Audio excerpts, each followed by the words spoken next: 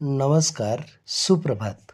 वाट्याला आलेलं आयुष्य मर्यादित आहे, अनिश्चितही आहे. म्हणूनच कशाचीही कसलीही अपेक्षा न ठेवता कुणाचंही चांगलं करण्याचा नेहमी प्रयत्न करावा. कारण एक प्रसिद्ध विधान आहे, जे लोक नेहमी फुलं वाटतात त्यांच्या हातांनाही सुगंध दरवळतो.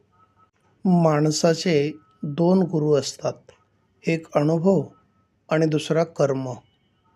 हे दोघेही सोबत राहतात. कर्म हे लढायला शिकवतं आणि अनुभव हा जिंकायला शिकवत असतो. ध्येय दूर आहे म्हणून रस्ता सोडू नका.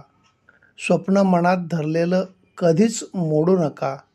पावलोपावली येथील कठीण प्रसंग फक्त चंद्रतारकांना स्पर्श करून जिंकण्यासाठी जमिनीला सोडू नका. आपली बुद्धी आणि संपत्ती यांचा उपयोग इतरांच्याही कल्याणाकरता केला तर त्यापासून मिळणारं समाधान अनमोल असतं.